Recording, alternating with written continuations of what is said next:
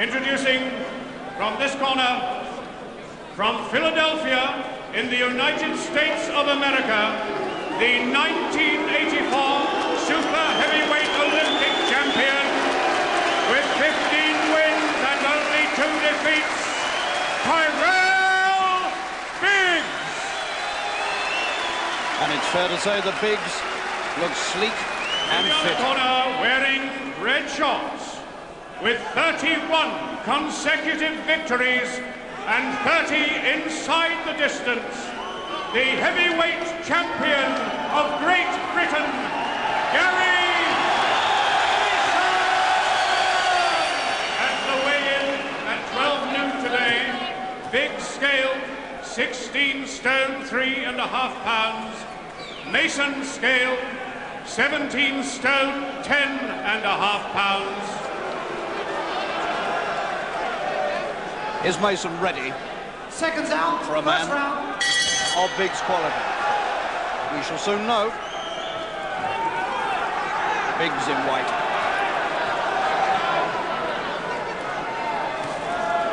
Some 3 to 4 inches taller than Mason, but conceding 1.5 stones. BIGGS is not renowned as a heavy puncher. He's noted for boxing skills. He cuts badly. Both eyes have been cut in fights in the last 3 or 4 years.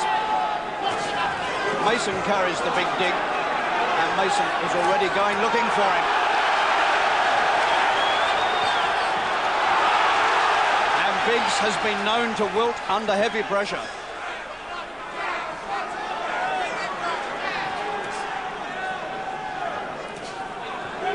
Well, it may be the biggest test of Mason's career, but he's come out looking as though it's just another fight. BIGGS will be working behind the long left lead. That's his principal weapon. But he looks wide open to punches. And of course, BIGGS is a man with a history of drug abuse and alcohol. He's thrown all that off over the years. But that must surely have left its mark.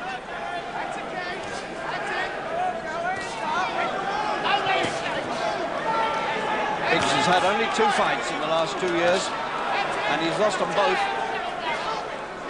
One to Mike Tyson, and the other to Damiano of Italy. And he got cut in both fights. And BIGGS is very slow to move out of the way of the attacks.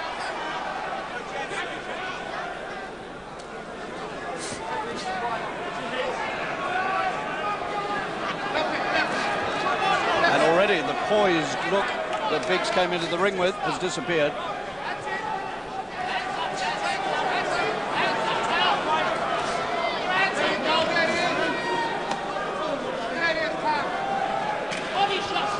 Mason moving around this ring on those huge legs.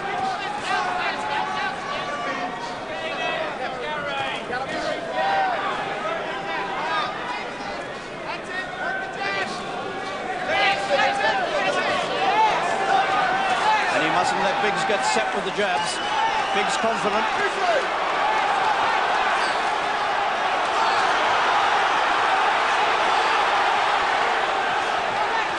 Mason pushing all his 17 stone 10 into the attack.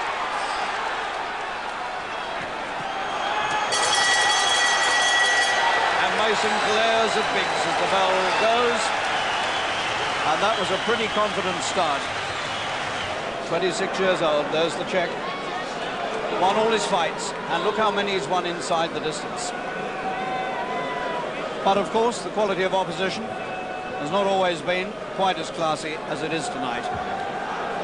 But if he does well here tonight, he could be on the way to supplanting Frank Bruno as the #1 heavyweight in Britain, because what nobody knows is whether Frank is going to go soldiering on as a fighter or as a showbiz performer. TYRELL BIGGS from Philadelphia, great city for producing good fighters. Joe Frazier came from there. Seconds out. Round 2.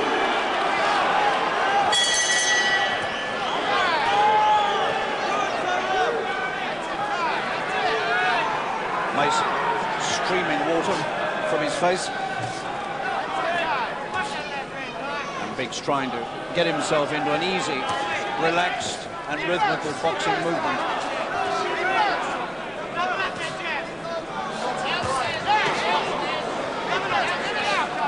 Biggs, of course, was the Olympic super heavyweight champion in Los Angeles in 1984.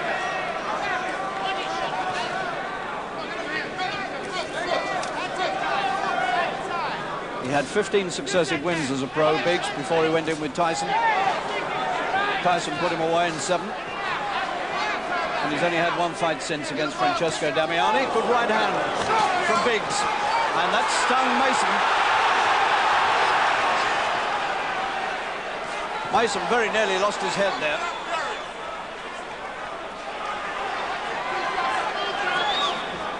Mason frowning, scowling with concentration.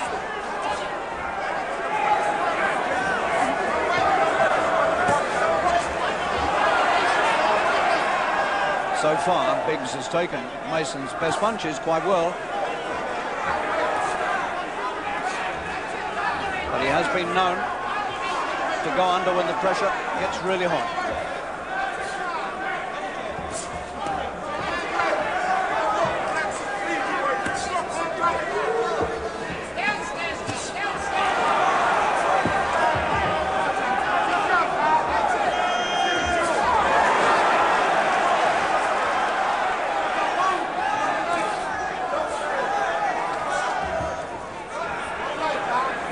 Mason very heavily greased above the right eye. He was slightly cut in training a fortnight ago. If it had happened a day or two later, this fight might have had to be postponed.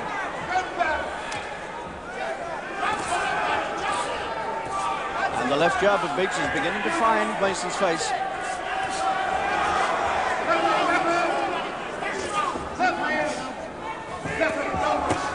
That's a thundering right hand from Mason. Biggs takes it well.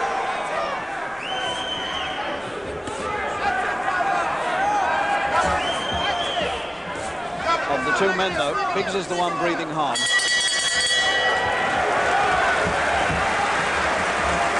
feet 5 inches, this man. 28, as you can see now. And as I said, he had those 15 successive wins and was regarded as a top-line heavyweight prospect until, of course, the inevitable happened. He went in with Mike Tyson and was stopped in 7. Not a bad performance, though, to go 7. Useful right hand from the American here that shook Mason. There it was, and that stung Gary into an onslaught of action. But again, Biggs seemed to take the punches or rode them well.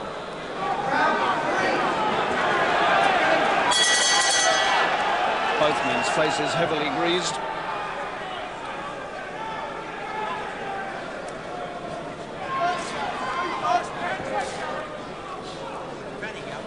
Mason, of course, yet another fighter out of the TYRELL camp, from the same camp as Frank Bruno. And of course, he's lived for a long time in the shadow of Bruno, Mason. And that hasn't been easy, but now he holds the title that Frank never fought for, the British Heavyweight Championship. He's already made 1 successful defense of it.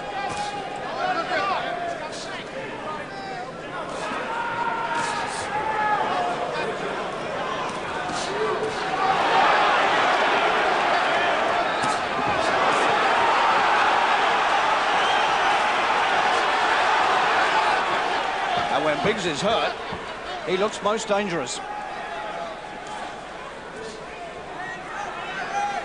And at the moment, the long left lead of Biggs is still doing its work. Keeping Mason at arm's length where he needs to have him.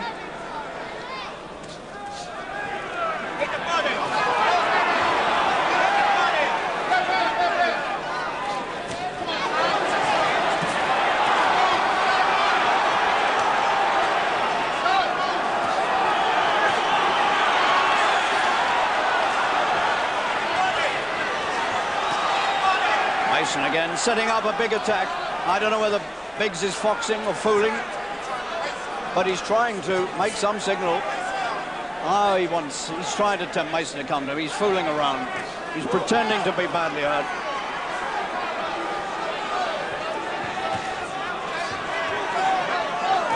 Biggs fighting open mouth. He's been breathing hard now for 2 rounds.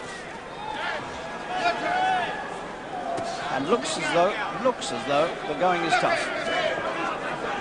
How much of that is real, how much is put on, I'm not sure.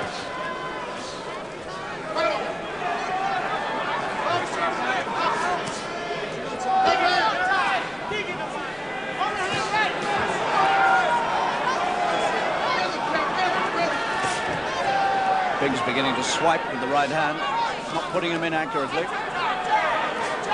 But the left jab, which is his principal punch, he doesn't have much of a right. But is the left enough to keep Mason away from him and to stop Mason doing a lot of damage? He's beginning to clown Biggs. And the lefts and the right still come thundering in on his head. It's round 3.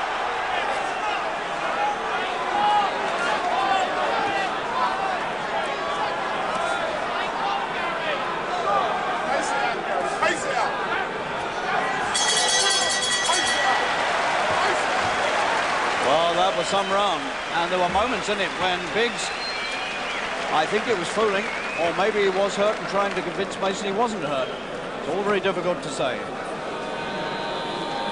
Round 4 coming up.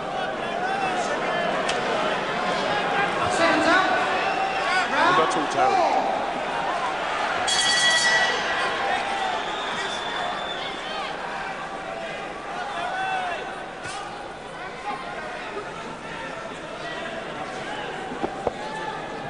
Mason, of course, well used to fighting American opponents. He usually finds very little else.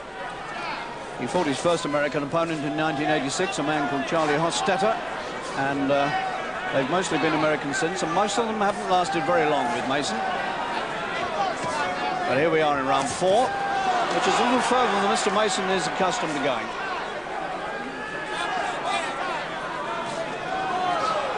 Biggs starting the round confidently again behind the long left jab.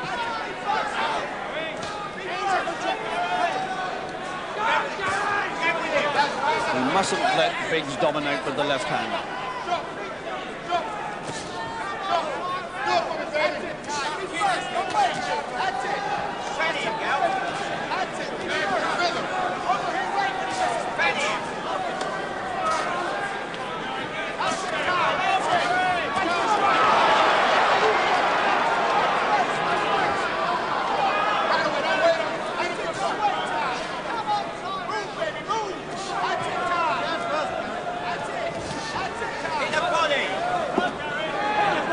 Mason has eased off his work and he's allowing Biggs to settle down behind the left.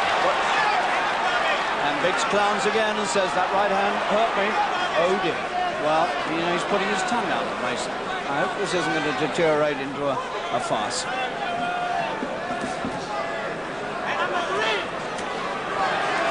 One or two hefty punches from Mason will stop all that.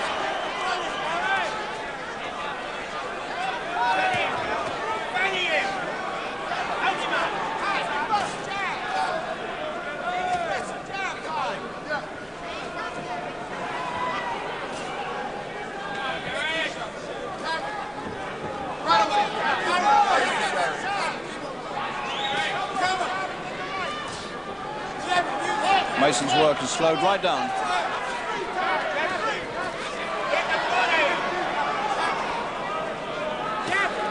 He had a period like this against James Tillis,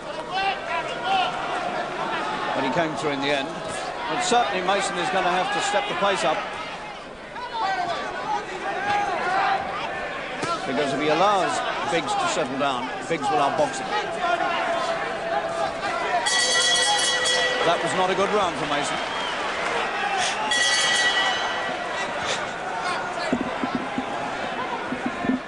A lot of money to get me out there, I can tell you.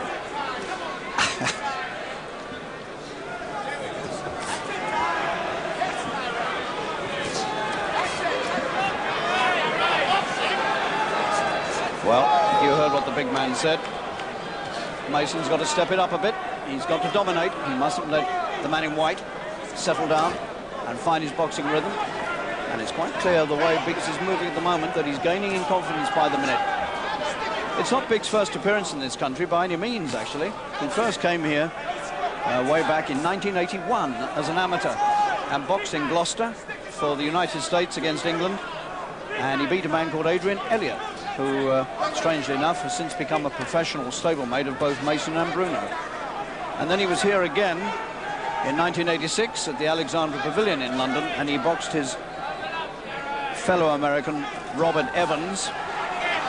Well, Biggs stopped him in 5 rounds, but he wasn't very impressive. In fact, neither man was.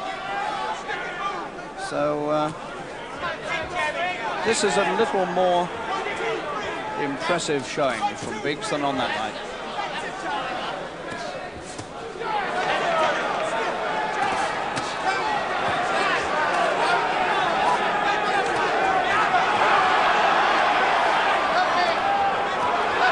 That's a good right hand from Mason. And if he could follow up now and really get the man against the ropes and hammer him, it might change Mr. Biggs' mind about things. Now he's thrown him over. That's a 1.5 stone advantage that did that. Unless Biggs is getting very, very weak on his legs.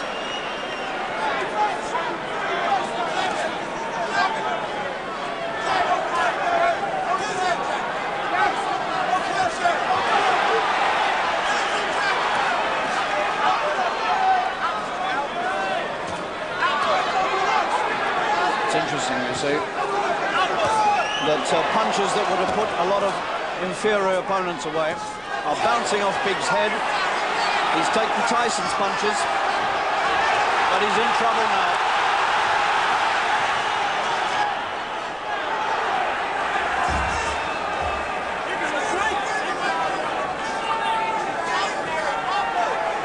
And Mason, when he does, really throw the bombs. He looks as though he's going to destroy the man, but Biggs is still dancing. And still flicking the left arm.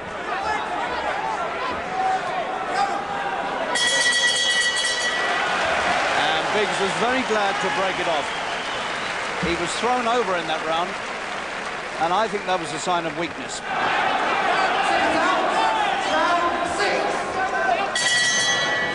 Well, this might be the moment for Mason to go all out.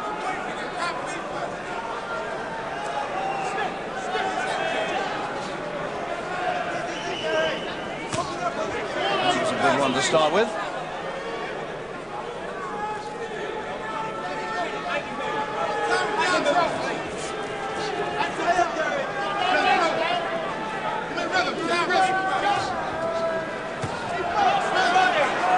I think Biggs now is relying very much on a bit of talent and a lot of kidology.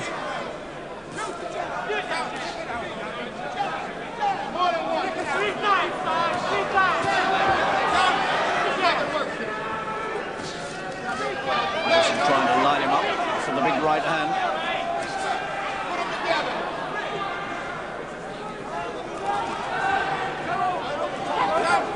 Mason won his British title against Hugh Roy Curry with big right hands, and he defended it against Jess Hardy and finished that with a good right.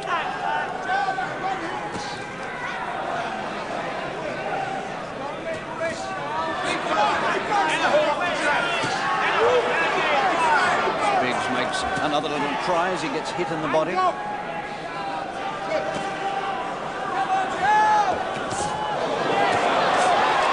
Suddenly opens up with 2 hands, Biggs, and Mason really mustn't allow him to do that. Round 6, Mason swallows hard, sort of staring at his man intently, but throwing far fewer punches than he was in the first 2 rounds.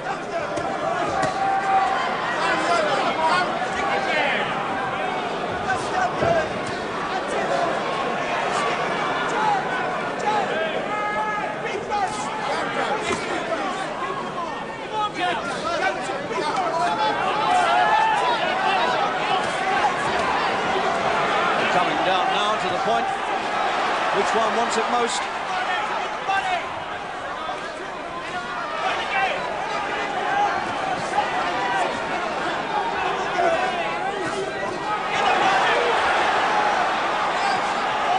Mason needs to get through with a lot of big rights,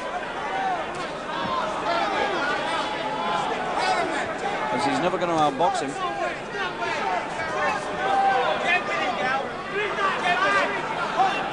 Power simply has to overcome skill here if Mason is to win.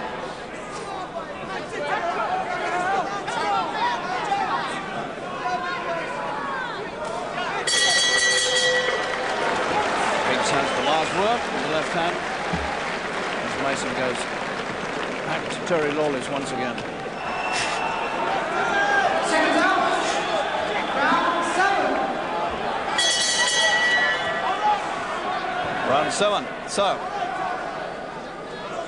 we're quite a long way into this fight now. 4 rounds to go, including this one. This is the round that Tyson put him away. So the little ambition, if it was there, of doing it faster than Mike Tyson, that's no longer available.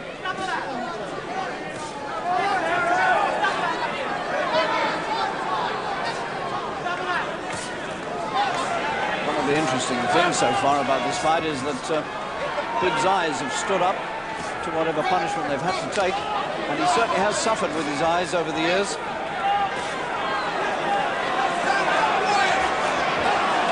Mason really has got to step it up. He's getting more and more lethargic. And Biggs at this moment looks far the livelier of the two.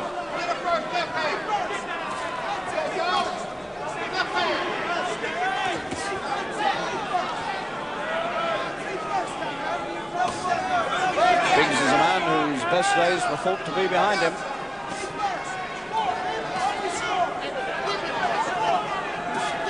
But at this moment, Mason is by no means certain to win this. There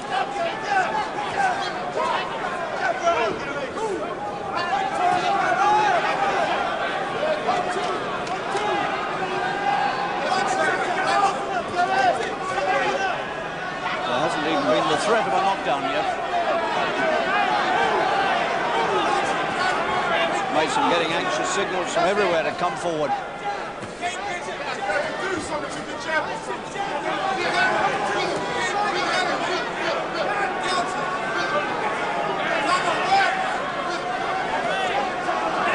Mason's beginning to look as though he's sold out. Desperate right hand. No direction in it. Looks as though it's almost too much effort to lift the arms now for Mason.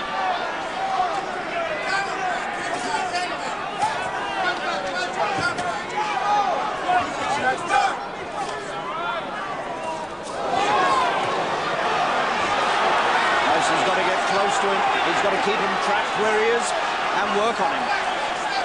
But I don't think Mason can put too many punches together consecutively now.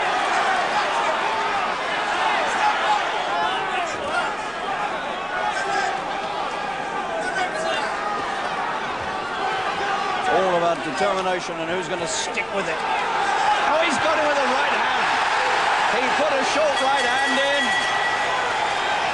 And I think the bell's gone, but the count will continue. And he's out. He's counted out just when Mason looked as though he was on the point of letting the whole thing slip. He let a short right hand go, the one he'd been looking for all night. And there it was. And suddenly, TYRELL BIGGS was spread all over the floor in the 7th round. And that's precisely the same round in which Tyson did him. The left went through, and that little right hand went crashing through between the gloves. That was not a big, long punch. That was a beautifully delivered and one of the best timed punches, perhaps the only really well-timed punch that Mason has thrown through most of the fight. TYRELL BIGGS, having failed to beat the count at the end of round 7, the winner, Gary Mason! Gary, well done. It seemed to be slipping away from you a little bit just before the punch came in. No, well, I did predict before that because he's such a very good boxer, it'd be hard for me to really get to him that easily. The first 2 rounds went better than I thought they would. But then in the middle, he stopped fighting and started more defending himself. And that's when I said if he started defending himself, he'd make it hard for me, which he did. But as I said before, it'd be just a matter of time before I got to him, and got to him I did. Before the right hand happened, your earlier punches didn't seem to have that much effect on him. No, they were hurting. Every time you saw him faint or make a noise, he was hurt. That's how the Yanks do it. They tried to put you off. He was talking to me throughout the fight and trying to put me off, but it made no difference. I've concentrated on what I had to do. and I done it. Maybe not in the way I'd like to have done it, but done it I did. You certainly did. What's next? I think you'll have to bring Terry in, but before you get away, Des, thank you everybody at Henlow Grange for making my stay such a nice day. Thank you very much. Well done, Gary. Just one quick word with Terry. What do you feel about that? I was a little disappointed in the middle there because he looked to me like he was so much on top. But it's very easy from where we were. I mean, they were really big punches coming from both sides. And at the back of his mind, you know, that the long distance, which he's not used to, tremendous fight for him to learn from. You know what the public wants. You know what the public wants, of course, don't you? Pardon? Mason Bruno. I knew he wouldn't answer that.